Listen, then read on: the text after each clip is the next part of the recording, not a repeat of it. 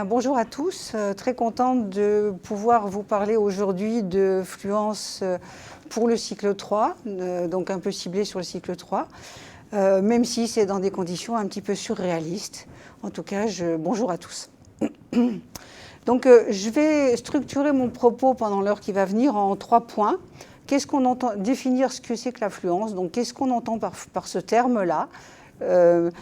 Ensuite, essayer de donner quelques éléments sur les relations qui existent entre la notion de fluence, la question du langage et la compréhension en lecture. Donc comment ces différentes grandes catégories d'habiletés et de connaissances se structurent, se répondent ou s'influencent. Et puis je parlerai un petit peu en dernier point de ce qui, à mon sens, est important dans l'enseignement de la fluence au cycle 3. Et j'insisterai sur la question de l'évaluation et sur la question de la différenciation. Même si, et je donnerai quelques exemples d'activités, mais je pense que vous en connaissez beaucoup plus que moi de ce point de vue-là. Donc je voulais juste dire une chose aussi. Peut-être qu'un certain nombre d'entre vous m'ont déjà entendu parler. Donc il y aura peut-être une certaine redondance, surtout dans les points 1 et 2, pour ceux qui m'ont déjà entendu. Je m'en excuse, mais il me semblait important quand même de rappeler ces points théoriques sur ce qu'est la fluence et sa relation à la compréhension. Donc, quand on parle de fluence, en général, on parle de 3 choses assez différentes. Par fluence, on entend la fluence de décodage, de reconnaissance des mots et ce qu'on appelle aujourd'hui la fluence de texte ou la lecture fluide finalement dans des textes, donc en contexte. Donc vous allez voir que ces 3, le même terme recouvre des réalités assez différentes selon le niveau de lecture auquel on s'intéresse. Donc la fluence de décodage, d'abord, c'est cette fluence qui nous permet de déchiffrer les mots, quels qu'ils soient, des mots qu'on n'a jamais vus, tous les mots possibles.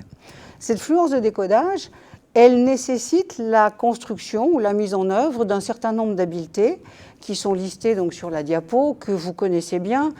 D'abord, elle intègre ou elle nécessite une conscience phonémique fluente ou fluide, c'est-à-dire cette capacité d'abord de savoir que les mots sont composés d'unités sonores et de pouvoir manipuler de manière intentionnelle ces unités en assemblant les phonèmes, en les segmentant, en supprimant certains phonèmes pour obtenir d'autres mots.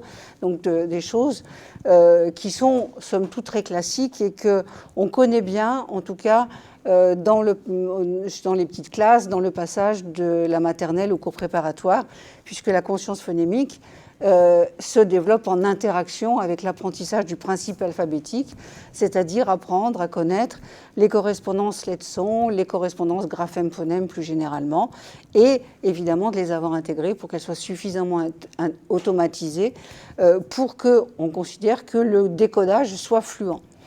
Cette fluence de décodage, elle intègre aussi des capacités qui sont, quand on apprend à lire, la capacité à reconnaître, au-delà des correspondances graphèmes-phonèmes, des formes qu'on appelle des phonogrammes, des rimes, des syllabes, des suffixes, qui sont des associations de sons ou de lettres, et qui se prononcent toujours pareil, comme le ION dans attention, portion, etc., le OIN dans loin, etc.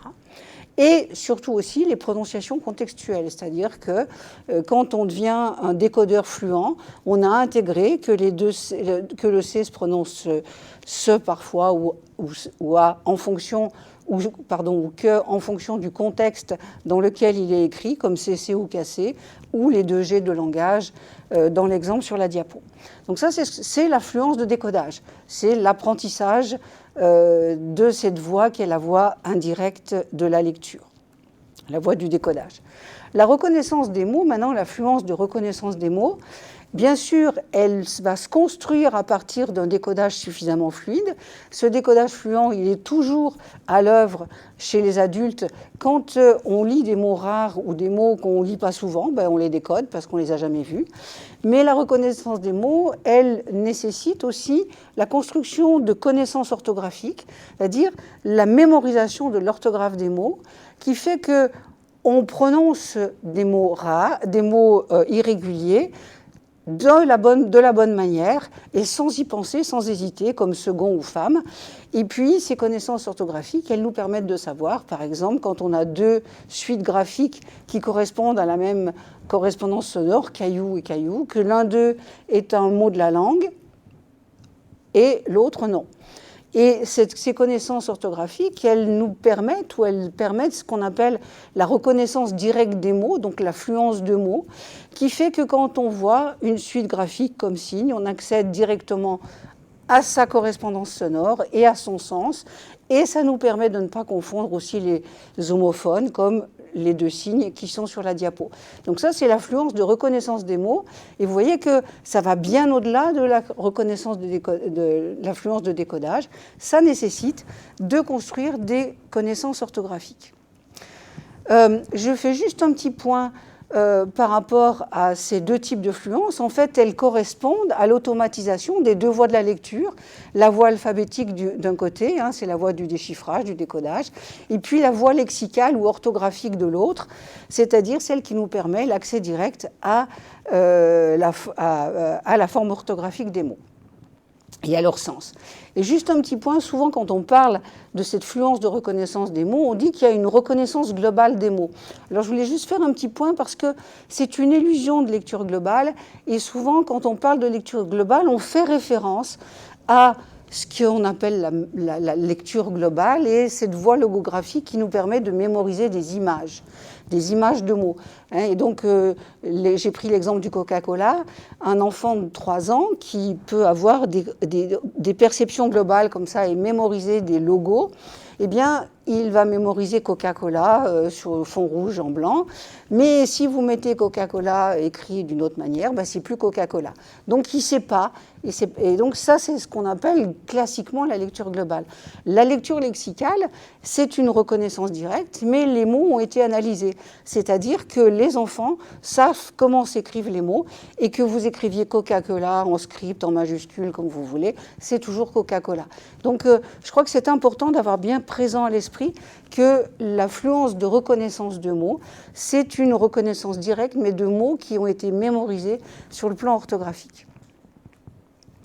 Donc maintenant, la fluence de lecture de texte, ou la fluidité de lecture en contexte, eh bien, c'est cette lecture qui nous permet de lire au rythme de la parole avec une prosodie adaptée. C'est la définition qu'on donne de la fluidité de lecture en contexte. Alors cette fluidité de lecture en contexte, elle demande bien entendu d'avoir appris à décoder de manière fluide, d'avoir appris à reconnaître les mots de manière fluide, donc d'avoir automatisé ces processus, mais elle demande en plus de mettre en œuvre, pour avoir une lecture avec une prosodie adaptée, de mettre en œuvre, d'utiliser un certain nombre de connaissances, des connaissances sur le langage, par exemple, d'abord, qui font qu'au fur et à mesure qu'on lit, on analyse les mots, la syntaxe, etc., et que ça nous permet, ça, en fonction des contextes, de donner une forme sonore différente au même mot, le FERM ENT qui est sur la diapo, selon qu'il est précédé d'un déterminant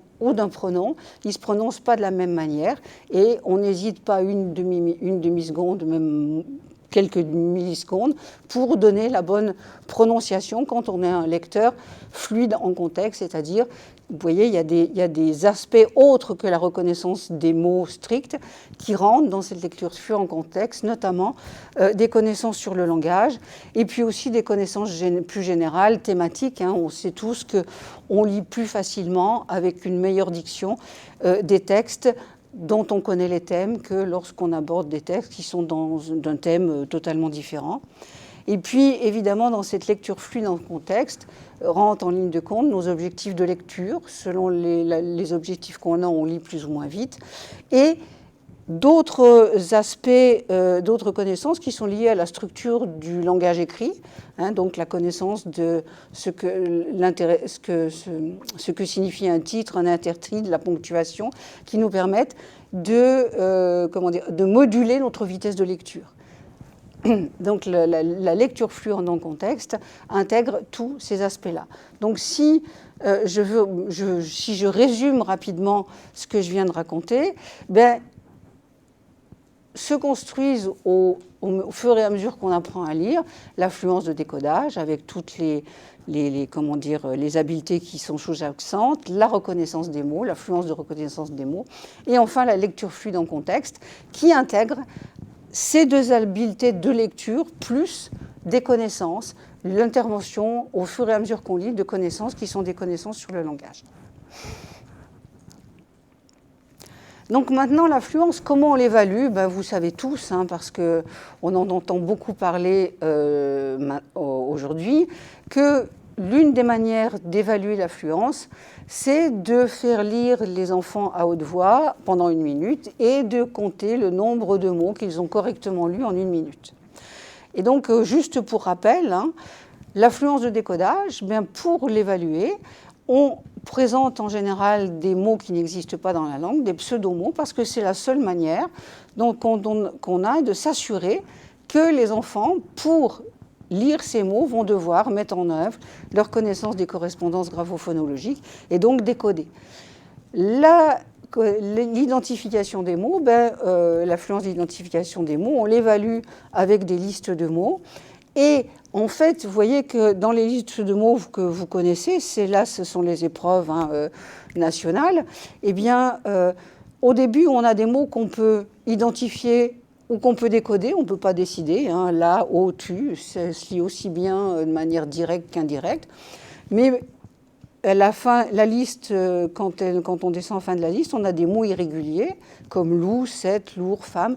Et ces mots-là, pour les lire correctement, sans les régulariser, il faut avoir construit les représentations orthographiques et les correspondances sonores qui vont avec.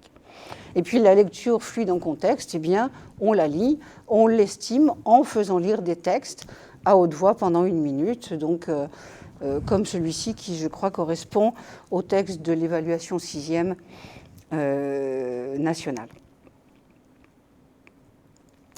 Donc, comment évoluent les 3 types de fluence au cours de la scolarité? Alors là, sur ce graphique, vous avez les résultats moyens d'un échantillon d'environ 600 élèves qu'on a suivi à Grenoble, donc dans une circonscription grenobloise, qui est une circonscription moyenne. Ce n'est pas du tout une circonscription, pas de REP+, c'est une circonscription, on va dire, campagnarde, avec des petites villes. Donc voilà. Et donc, ces enfants c'est les mêmes enfants, donc ils ont été suivis pendant 5 ans. Et donc, vous avez en bas l'évolution de l'affluence de pseudomots, donc de décodage, l'évolution de l'affluence de lecture de mots et l'évolution de l'affluence de lecture en contexte. Et donc, vous voyez que, en fait, on voit très nettement qu'au fur et à mesure que les enfants grandissent, ils lisent de plus en plus de mots en contexte que hors contexte ou qu'ils ne décodent de mots. Donc, en fait, c'est aussi une indication, le nombre de mots lus par minute, il faut bien le rapporter au type de fluence avec lequel on a mesuré les performances. Une chose aussi qu'on peut remarquer, c'est que vous voyez, en fin de CP, l'affluence d'identification de mots et l'affluence de lecture en contexte, c'est à peu près la même chose. Les enfants lisent autant de mots dans le texte que hors contexte. Mais après, dès la fin du CE1, on voit apparaître des différences. Les enfants lisent de plus en plus vite les mots lorsqu'ils sont dans un contexte. Maintenant, je vous ai montré les résultats moyens. Je vais vous montrer sur ce même échantillon d'élèves les différences interindividuelles qui existent. Alors, ce qu'on peut voir, c'est qu'il y a des différences. Ces 3 courbes montrent, par exemple, pour l'affluence de décodage, montrent les résultats des élèves, les 25% les plus faibles, les moyens et les 25% les meilleurs. Et donc, ce que je voulais simplement faire remarquer ici, vous voyez que vous avez des évolutions parallèles de tout le monde. Mais ce qu'on remarque, c'est que entre la fin du CE1 et la fin du CP, il y a à peu près 1 an d'écart entre les 25% les meilleurs et les 25% les plus faibles. Donc, c'est déjà, les choses se mettent en place assez vite. Et puis, on observe qu'à partir du CE2, l'année d'écart, où est-ce qu'elle est ma flèche ? L'année d'écart, elle est en fait entre les 25% les plus faibles et les moyens, et les 25% les meilleurs et les moyens. Autrement dit, vous voyez qu'après, il y a une espèce d'écart qui se maintient tout le temps sur toute la scolarité quand on n'intervient pas. Et il y a à peu près 1 an d'écart dans le nombre de mots lus par minute, enfin là, de pseudo-mots lus par minute, chez les élèves en fonction de leur position dans la courbe. L'identification des mots, on observe exactement la même chose, hein, avec un nombre de mots lus évidemment qui augmente et qui augmente plus que le nombre de pseudomots. Et puis l'affluence de lecture en contexte, on observe la même chose aussi, avec une tendance au creusement des écarts dans le nombre de mots lus par minute dans les textes, avec l'âge qui augmente. Donc voilà, et puis ce qui est entouré ici montre ce que je vous ai dit tout à l'heure, hein, les enfants en fin de CP et seulement en fin de CP lisent autant de mots hors contexte qu'en contexte. Alors il y a une autre chose aussi, peut-être un point important à préciser aussi quand on parle de normes et quand on parle d'évaluation, c'est que évidemment les normes sont produites en fonction d'une population. Donc en fonction des populations sur lesquelles on travaille, les normes peuvent changer. Mais ce n'est pas tellement ça dont je voulais parler, c'est que les performances varient aussi en fonction des épreuves qu'on utilise. Donc quand on rapporte à une norme, il est important d'utiliser l'épreuve qui a servi à construire cette norme. Parce que vous voyez là, toujours dans cette même étude, nous avions utilisé à partir du CE1 2 textes pour évaluer l'affluence de lecture en contexte. Et ce que vous voyez, c'est que, en fait, en fonction des textes, on a une différence de nombre de mots lus par minute en moyenne qui est de 10 mots à peu près. Et donc, en fonction du texte qu'on utilise, on peut avoir des normes plus ou moins, je dirais, sévères. Donc, c'est important aussi d'avoir présent ça à l'esprit, de savoir qu'en fonction du texte qu'on lit, on ne lit pas forcément à la même vitesse. Et donc, il y a des différences entre les individus, mais il y a aussi des différences à l'intérieur des individus. Donc, des différences intra-individuelles en fonction des textes qu'on lit, ce n'est pas forcément les mêmes normes. C'est aussi des choses qui ont été retrouvées chez les adultes, hein, puisque une recherche relativement récente, une synthèse plus exactement, avec des adultes anglophones, montre que, par exemple, pour les textes documentaires, les adultes anglophones lisent environ 238 mots par minute à haute voix, alors que pour les textes de fiction, ils arrivent à 260. Donc, en fait, c'est aussi des choses à avoir à l'esprit quand on évalue l'affluence, hein, de savoir qu'il faut le rapporter à l'épreuve. La performance doit être rapportée à l'épreuve qui a servi à établir la norme. Bien. Donc voilà, ça c'est un petit peu le cadrage général de ce qu'on peut entendre par fluence. Maintenant, quelles sont les relations entre la fluence, la compréhension orale et la compréhension en lecture? Puisqu'en fait, on considère souvent que la compréhension en lecture, c'est le résultat d'un décodage automatisé et de bonnes performances de compréhension à l'oral. Donc quand on regarde, alors je vous donne le graphique qui s'affiche ici, c'est un graphique qui provient d'une recherche nord-américaine d'abord, qui a cherché à mettre en relation les différentes habiletés qui composent la compréhension à lecture, donc l'identification des mots, la fluence, la fluidité de lecture en contexte et la compréhension orale.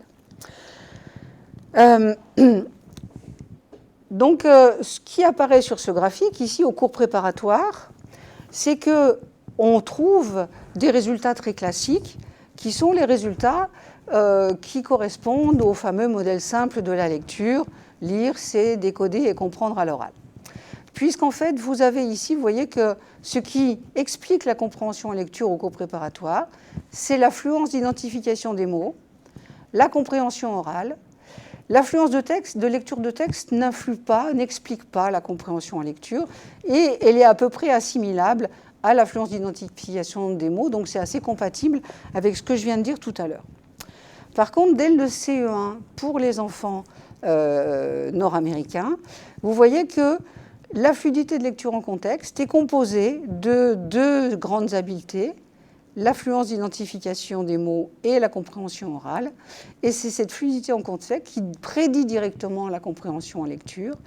et la compréhension orale. Donc c'est vraiment une habileté qui se construit, qui est au niveau du traitement du texte et non plus seulement du mot, et qui devient un prédicteur essentiel de la compréhension et lecture dans cette recherche à partir du CE1. Et au CM1, on trouve les mêmes résultats. Alors je voulais vous montrer, on a refait la même chose en fait avec notre fameux échantillon de 600 élèves de la région grenobloise pour voir un petit peu comment ça se passe si on retrouvait la même chose avec les enfants français.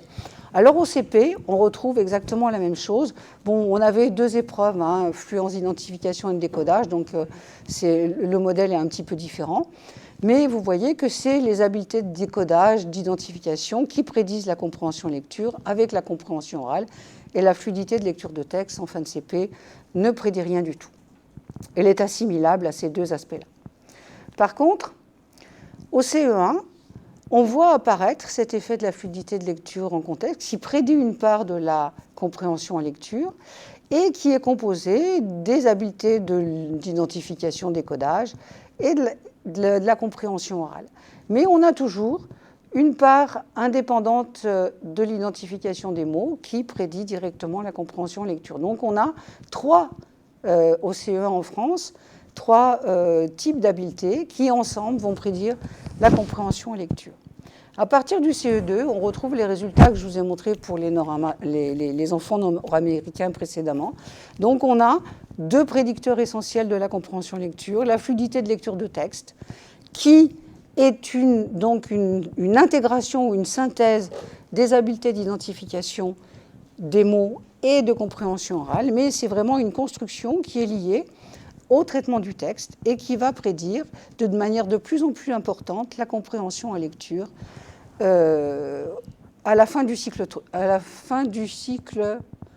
milieu du cycle 3 maintenant.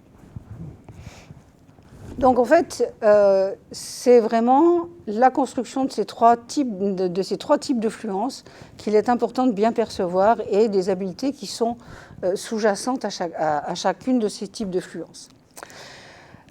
Au-delà du nombre de mots lus par minute, on a dit que la fluence de lecture de texte, c'était une lecture avec une prosodie adaptée. Donc quelle est l'influence de la prosodie dans l'explication de la compréhension et dans sa part dans la fluence? Donc là, j'ai simplement résumé un travail qui a été fait avec des élèves québécois, donc francophones, où les auteurs, en fait, ont regardé comment le nombre de mots lus par minute était associé à l'attention portée, à la ponctuation, au phrasé pendant la lecture. Et donc, en fait, vous voyez qu'on retrouve les résultats classiques. Si on lit plus de mots lus par minute, eh bien, on comprend mieux ce qu'on lit. Mais, avec un bémol, si on fait attention à la ponctuation, on lit un peu moins de mots lus par minute. Et cette attention à la ponctuation est de manière indépendante au nombre de mots lus par minute associé à la compréhension. Autrement dit, dans cette fluence de lecture de texte, j'ai envie d'insister un petit peu là-dessus parce que je crois que c'est central pour le cycle 3, entre en ligne de compte, bien entendu, les capacités d'identification de mots, mais entre en ligne de compte d'autres choses, d'autres habiletés qui sont des habiletés essentielles et qui sont des habiletés qui témoignent de la compréhension en temps réel de ce qu'on lit. Donc l'attention à la ponctuation, et bien entendu les enfants qui font des pauses inadaptées, qui ne savent pas utiliser la ponctuation, comprennent moins bien ce qu'ils lisent que les autres. Donc cette deuxième dimension, c'était un petit peu la conclusion de cette deuxième partie, de dire que la fluidité de lecture au cycle 3 pour des normolecteurs, c'est une intégration des habiletés de décodage et d'identification des mots, donc construction de ces automatismes, et puis aussi une intégration des habiletés, des connaissances langagières et de compréhension qui sont elles-mêmes automatisées. Autrement dit, l'automatisme, on le réserve souvent à l'école à la lecture, à l'identification des mots. Mais quand on parle, quand on lit, quand on comprend, on met en œuvre aussi tout un tas de mécanismes qui sont de l'ordre du traitement du langage ou du traitement du langage écrit, la ponctuation, etc., qu'on a automatisé et qui nous permettent de lire et de comprendre pendant qu'on lit. Donc tout ça pour dire que la prosodie me semble une dimension essentielle au développement de la fluence au cycle 3, parce que c'est elle qui va nous permettre d'avoir cette lecture expressive au rythme de la parole. Donc, troisième point, enseigner la fluence. Donc je voudrais insister sur deux choses, l'évaluation, le diagnostic et la différenciation. Alors c'est tout bon? Oui, je vais trop vite? Non? Bon. Donc je voudrais insister sur la question de l'évaluation, du diagnostic, justement pour différencier. Parce que je vous montre ici un nuage de points qui a été obtenu en début de sixième, dans un autre travail qu'on a réalisé ces dernières années, et au cours du doctorat de Madame Tual. Et donc là, vous avez des enfants de collège, de début de sixième. Il y en avait à peu près 1800, je crois. Donc les petits points représentent les élèves. Et donc chaque élève, la relation est faite entre son score de compréhension en ordonnée et son score de fluence en lecture en abscisse. Donc on voit déjà l'immense dispersion des enfants de début de sixième, avec des enfants qui ont un nombre de mots lus par minute très important, d'autres très faibles, de la même façon pour la compréhension, certains comprennent presque tout et d'autres presque rien, d'accord ? Et vous voyez qu'il y a aussi une chose qui est importante à remarquer, c'est que pour un même niveau de fluence, on donne des niveaux de compréhension très divers, et pour un même niveau de compréhension, idem, des niveaux de fluence très divers. Donc même s'il y a une corrélation, une relation entre le score de fluence et le score de compréhension, cette relation, je fais trop vite, cette relation n'est pas parfaite. Cette relation n'est pas parfaite. Vous voyez que, effectivement, plus on lit de mots et mieux on comprend. Mais quand on en lit trop vite, on a tendance à peut-être un peu moins comprendre. Et quand on lit trop doucement aussi. Donc ici, simplement, ici, vous avez les 25% les plus faibles. Là, la moyenne était ici sur notre échantillon, pour la fluence et pour la compréhension, pareil. Et donc, ces cadrans, elles permettent de distinguer des élèves différents. Ici, on a ce qu'on appelle les faibles lecteurs-compreneurs, c'est-à-dire les faibles lecteurs-compreneurs, ceux qui ne lisent mal et comprennent mal, donc des enfants en difficulté générale de lecture. Ici, on a les bons, ceux qui lisent bien, qui comprennent bien, ok. Et puis, on a toute une catégorie d'élèves qui sont un peu discordants. Ceux-là, ils lisent vite, donc ils lisent bien, ils lisent au niveau de l'identification vite, mais ils comprennent très mal ce qu'ils lisent. On les appelle les faibles compreneurs. Et puis là, on a les enfants qui lisent doucement, mais qui, paradoxalement, ne comprennent pas si mal que ce qu'ils lisent. C'est en général ceux-là qui sont désignés comme étant les vrais dyslexiques. Quand on parle des dyslexies, ce sont les enfants qui ont des difficultés spécifiques du décodage, mais qui n'ont pas de difficultés forcément de compréhension.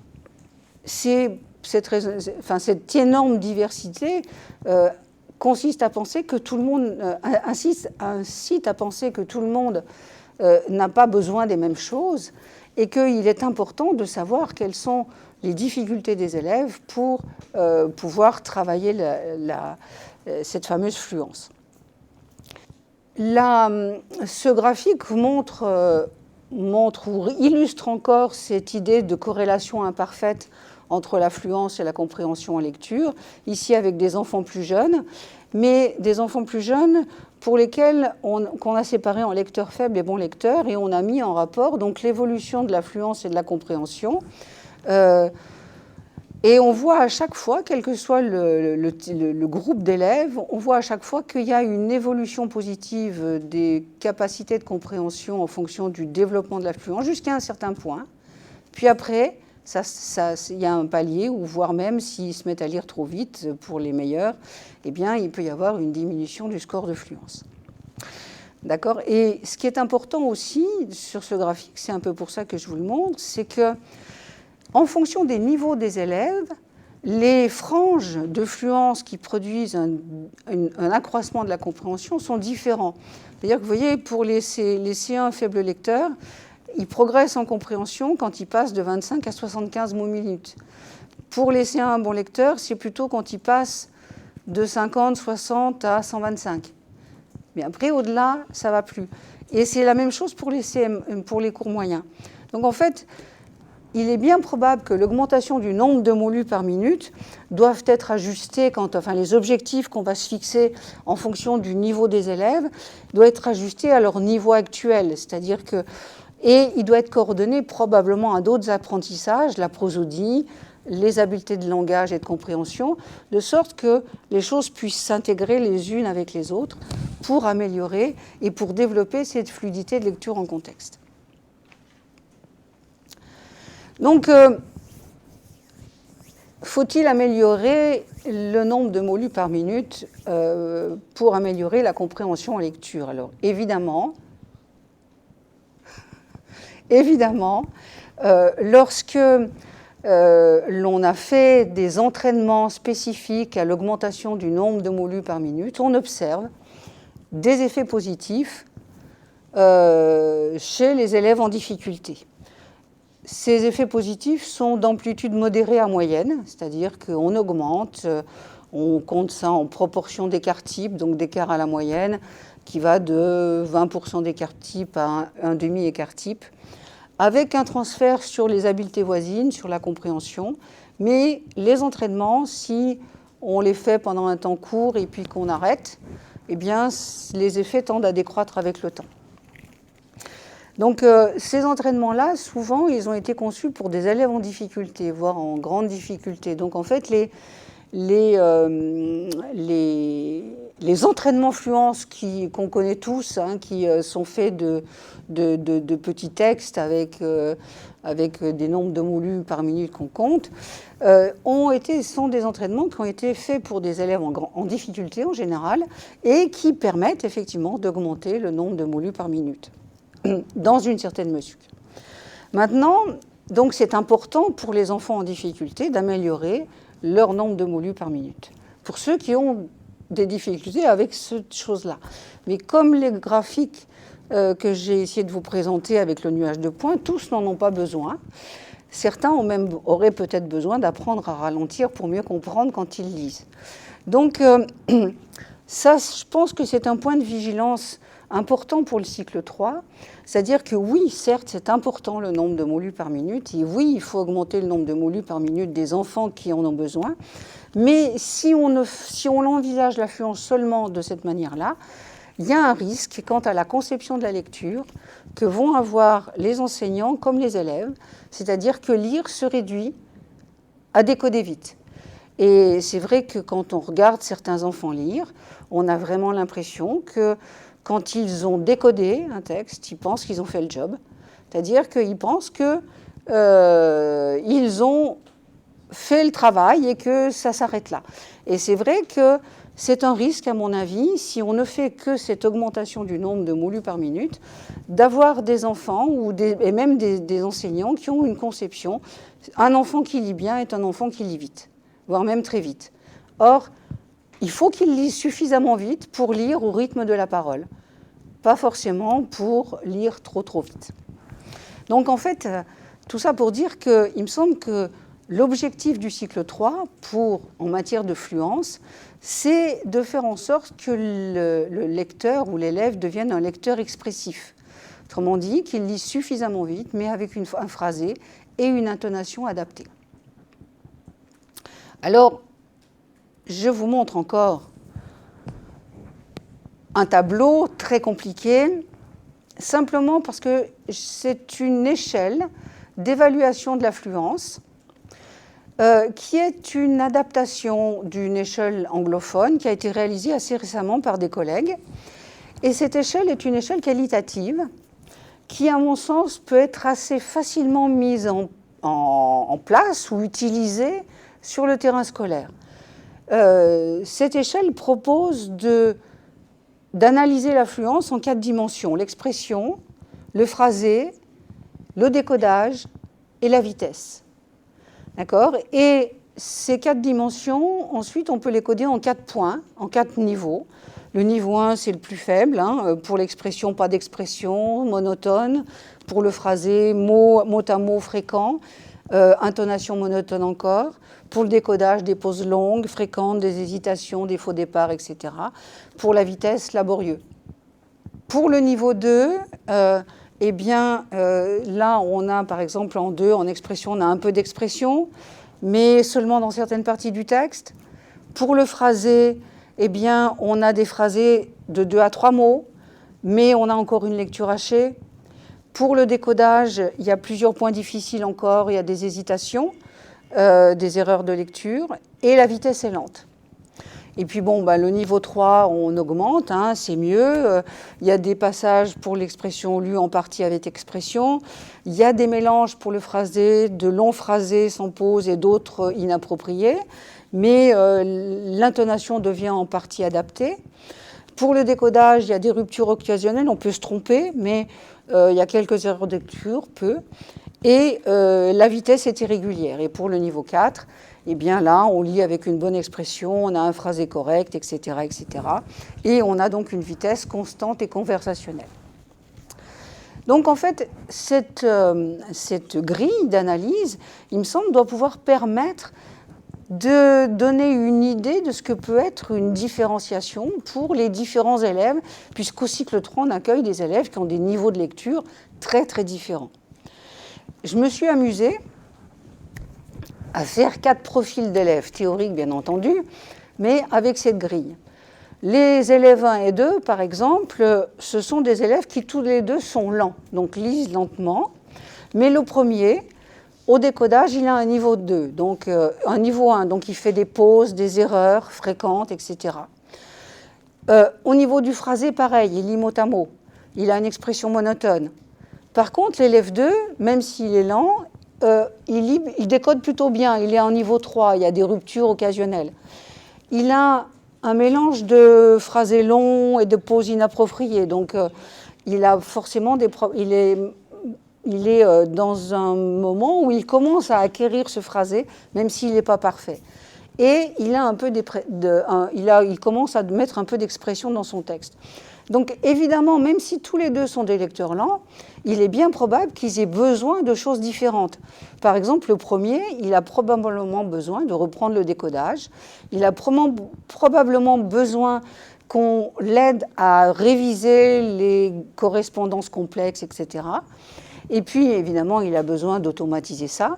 Et puis, au niveau du phrasé, il gagnerait sûrement, parce que ça n'est plus un cours préparatoire, mais c'est un enfant de 9, 10, 11 ans, à commencer à travailler le phrasé sur des énoncés brefs qu'au bout d'une ou deux répétitions, il aura mémorisé, mais sur lequel il va pouvoir se concentrer sur la manière de prononcer les mots qu'il voit écrits.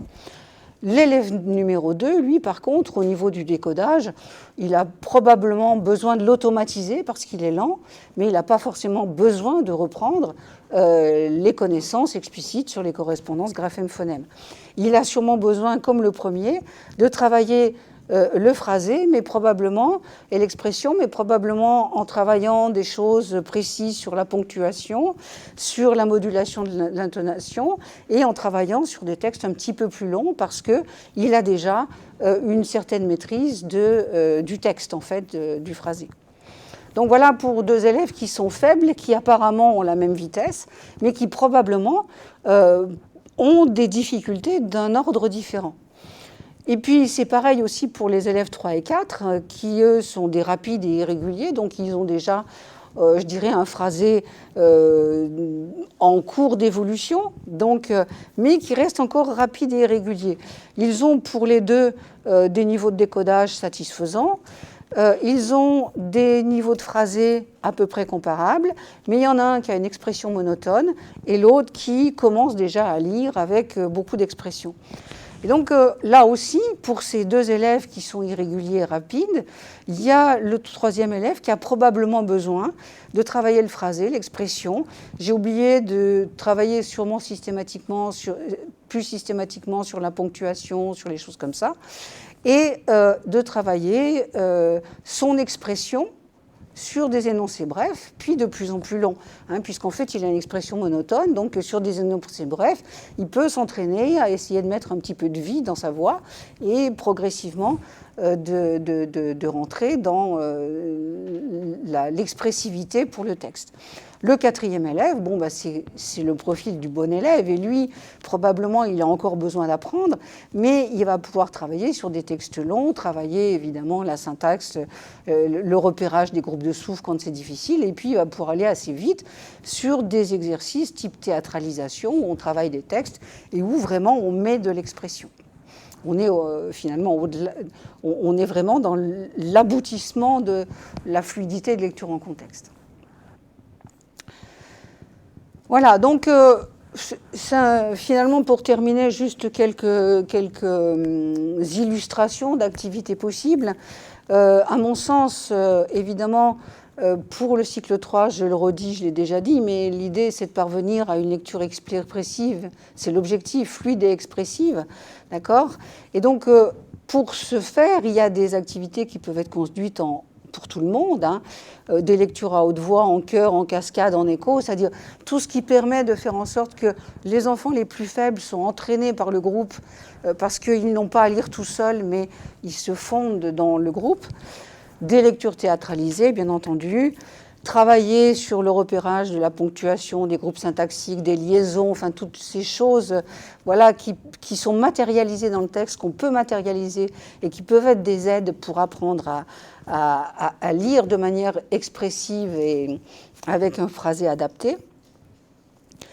Ça peut être en repérant donc les marques de ponctuation, les liaisons. Bon, ça a bougé un petit peu, mais je pense que vous restituez assez facilement où vont les flèches et les petits arcs. Et puis aussi, on peut travailler, et peut-être au cycle 3, notamment au début du cycle 3, organiser des leçons carrément sur la ponctuation, le rôle de la ponctuation dans la lecture, et amener les enfants progressivement à bien connaître ces marques de ponctuation et à les utiliser quand ils lisent. Alors, je donne juste ici un exemple de types de leçons qui sont inspirées là de leçons d'enseignement explicite direct, hein, où on va avoir l'objectif d'apprendre à reconnaître les marques de ponctuation et savoir quoi en faire. D'abord de manière, je dirais marque de ponctuation par marque de ponctuation, puis ensuite de manière intégrée. Hein, donc ça c'est certainement pour les enfants qui ont des phrasés, enfin voilà, qui sont en difficulté dans la gestion du texte lui-même. Et ce qui m'intéresse aussi dans cet exemple, c'est l'idée que en fait, on peut très bien aussi montrer aux enfants de cette manière-là l'intérêt de respecter un certain nombre de marques dans le texte et quelle incidence ça a sur la manière dont on comprend ce qu'on lit. Donc en fait, simplement, dans cette séance-là, il est proposé que l'enseignant fasse deux lectures.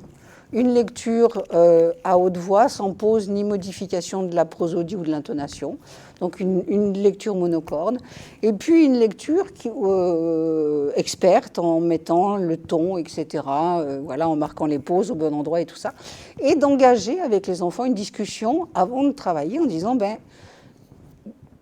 quelle est la lecture que tu as préférée, quelle est celle que tu as mieux compris, qu'est-ce qui a changé entre les deux, bon voilà. Qui ensuite va permettre évidemment qui manque sur la diapo, donc je le rajoute, de repérer les signes qu'on a décidé de travailler ce jour-là, le point d'exclamation, la virgule, etc. De les repérer dans le texte, de redire le texte en respectant ces marques, et puis ensuite, évidemment, de proposer aux enfants des exercices sur des nouveaux textes où on va leur demander de matériellement repérer les signes typographiques et puis de leur demander de lire à 2, à 3, de s'enregistrer pour montrer qu'ils savent comment utiliser ces signes. Donc l'idée, avec des enfants en difficulté, par exemple, c'est qu'ils aient un répertoire ou qu'ils aient un pense-bête, enfin, qu'ils sachent qu'on a des signes de ponctuation qui servent à quelque chose, qui nous indiquent comment placer notre voix, et bien sûr, évidemment, de les inciter à repérer chaque fois qu'ils auront à lire un texte, à respecter ces signes, donc de sorte que les choses s'intègrent et de sorte que les choses s'automatisent, y compris dans le traitement des signes de l'organisation du matériel du texte. Bon, et puis je pense qu'évidemment, comme j'ai essayé de le faire avec le tableau de l'échelle en 4 dimensions, il y a forcément une différenciation à penser, puisque, et donc cette différenciation, elle nécessite évidemment de penser des ateliers autonomes et dirigés avec des enfants qui présentent des difficultés comparables, puisqu'évidemment, ceux qui ont des difficultés de décodage encore en 6e ou au cours moyen, ils ont besoin d'automatiser et de revoir l'identification des mots et du décodage. Donc, il y a toute une série, des séries d'exercices qui existent, hein. J'en ai noté quelques-uns. Évidemment, au cours moyen, le retravail sur les correspondances graphèmes contextuelles qui sont souvent difficiles pour les enfants, les prononciations différentes en fonction des contextes, les contextes phrases par exemple, l'exemple du ferme de tout à l'heure, mais ou des notions ici, les notions nous les notions. Évidemment, nous on fait aucun, un lecteur expert n'hésite jamais, or les enfants en difficulté de lecture ne savent pas prendre en compte ces aspects syntaxiques qui font que ce n'est pas la même manière de dire les mots, même s'ils sont écrits de la même manière. Le contexte des mots, c'est plus connu et plus souvent travaillé, hein, les différentes prononciations du G, par exemple, etc. Pour l'entraînement à l'automatisation du décodage, on peut aussi, avec des enfants de 9-10 ans, travailler sur des listes de mots de plus en plus longs, leur demander de lire, et puis sur des choses comme un peu les notices de médicaments ou des notices un peu bizarres, hein, où les mots sont totalement inconnus, et où donc, en fait, là, c'est vraiment le décodage qu'on peut utiliser. Pour mémoriser l'orthographe des mots, il y a tout plein de jeux qui peuvent être utilisés, hein, j'en ai noté quelques-uns, le loto, la tapette à mots. Et bien entendu, pour les enfants qui ont besoin d'améliorer leur vitesse de lecture, les lectures répétées, type les ateliers de fluence que de nombreuses personnes connaissent maintenant, hein, des textes tout préparés qui nous permettent de travailler la fluidité de lecture en contexte et l'augmentation du nombre de mots lus. Donc juste pour terminer, 2 exemples. La tapette à mots, je ne sais pas si vous connaissez, mais voilà. Hein, simplement, ça peut jouer par petits groupes, hein, d'élèves, en sélectionnant, bien entendu, les correspondances graphophonologiques qu'on va travailler. Par exemple, ici, sur la diapo, j'ai mis les mots en yin. On peut voir toute une liste de mots. Il y a un enfant qui mène le jeu, qui choisit des mots, qui les lit, mais sans les montrer, bien entendu. Et puis, les autres doivent essayer de reconnaître les mots le plus vite possible. Donc, ça peut être des ateliers qui peuvent être proposés aux enfants qui ont des difficultés de reconnaissance des mots, par exemple. Donc la tapette à mots, eh bien voilà, c'est un genre de jeu de cartes, hein, sur lequel on a inscrit des mots qu'on pose sur la table. Et là, on voit je ne sais pas si on voit bien l'image, mais il y a 2 groupes qui ont des mots différents. Il y a des cartes vertes et des cartes bleues. Donc on peut jouer par petits groupes, hein, en fonction. Et on sélectionne évidemment des mots qui distinguent. C'est pour travailler des correspondances un peu complexes ou pas. Ça dépend du niveau des enfants. Ici, l'exemple était donné du yin, du yuen donc.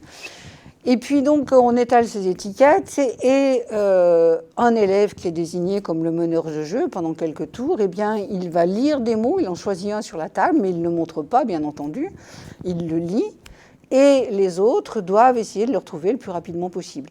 Et donc c'est celui qui pose sa main dessus le premier à gagner. Voilà. Et les ateliers fluence, juste 2 petits mots sur les lectures répétées, puisqu'en fait, c'est la technique la plus connue d'entraînement à la fluence. Alors, je voulais faire un point là-dessus, simplement parce que, pour préciser que ce sont des ateliers qui, en général, se passent en 5 phases, c'est-à-dire que le rôle de l'enseignant change d'une phase à l'autre. Et il y a 2 phases qui me semblent très importantes. Bon, la présentation de l'objectif de la séance, mais qui me paraissent très importantes, c'est les phases 2 et 3, c'est-à-dire c'est des phases dans lesquelles c'est l'enseignant qui lit le texte. Donc, c'est l'enseignant qui lit le texte et donc il lit en fournissant un modèle de lecture experte. Ça, c'est un temps important parce que c'est un temps qui montre aux élèves, finalement, quel est l'objectif à atteindre et qui commence et qui permet aussi aux enfants de prendre connaissance du texte qu'ils vont devoir lire et déchiffrer eux-mêmes. Donc pour des élèves en difficulté, c'est des temps très importants et j'ai eu parfois l'occasion d'observer des ateliers de fluence dans lesquels ces temps-là n'existaient pas. On donnait les textes et on commençait à décoder tout de suite. Voilà.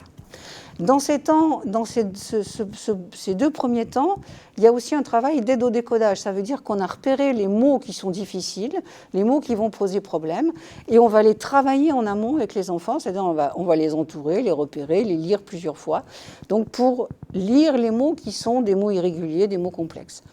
Et puis après la deuxième lecture, on s'assure quand même que les enfants ont compris le texte, compris l'histoire, en gros, enfin grosso modo, qu'ils ont compris de quoi ça parle et que donc ça, on évacue cette difficulté-là avant de leur demander de commencer à lire à haute voix et de faire l'entraînement que l'on connaît tous, hein, où les enfants lisent de manière répétée les mots, où on repère les erreurs, où on recommence et où en fait ensuite on observe les progrès d'un texte, enfin d'une lecture à l'autre, combien de mots ils ont lu en plus en 1 minute. Donc, et en organisant aussi dans les petits groupes, pendant les lectures individuelles, des rôles. Certains, celui qui lit, il y a d'autres qui peuvent souligner les fautes, enfin repérer les fautes ou les erreurs, et puis après on peut en discuter avant de recommencer la lecture. Donc en fait, apporter un petit peu de travail un peu concerté sur ces lectures répétées.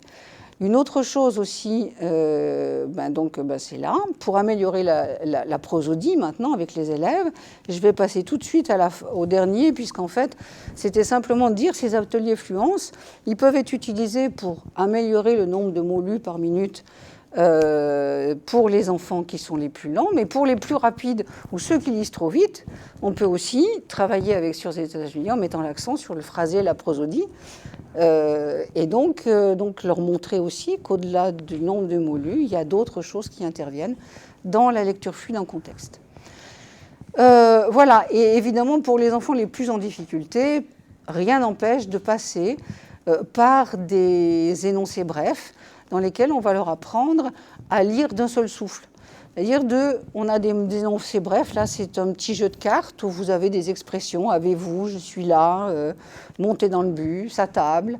Et donc leur demander de les lire, mais de les lire d'un seul souffle, et puis d'augmenter progressivement le nombre de mots dans les expressions, de sorte qu'ils s'habituent aussi, même quand ils sont en difficulté, à comprendre qu'il y a 2 aspects dans la lecture. Il y a le décodage automatisé, rapide, et puis il y a aussi la manière de poser sa voix, et la manière de faire passer les messages. Voilà, donc écoutez, je crois que j'ai terminé. La dernière diapo de conclusion, elle va être une diapo un petit peu compliquée, mais je ne vais pas la commenter en détail. Simplement vous dire que voilà, finalement, apprendre à lire et à comprendre un texte écrit, et à bien le comprendre, ça nécessite des habiletés, de construire des habiletés qui sont liées au traitement du texte ou du discours continu, et des habiletés qui sont des habiletés fondamentales. Et en fait, ces habiletés de traitement du discours continu, elles se construisent sur ces habiletés fondamentales, mais elles en sont distinctes. Et j'ai mis ici en jaune ce qui concerne strictement la lecture. Vous voyez que ce qui concerne strictement la lecture dans la compréhension d'un texte écrit, c'est évidemment apprendre à lire les mots, à les décoder, à les identifier. C'est ensuite connaître la structure d'un texte écrit, c'est une connaissance sur le langage écrit, hein, et tout ça va construire la fluidité de lecture en contexte, qui elle-même va permettre de comprendre le texte écrit. Mais vous avez encore ici tout un tas d'habiletés dont je vous parlerai dans 2 mois. C'est un petit peu la raison de ce graphique.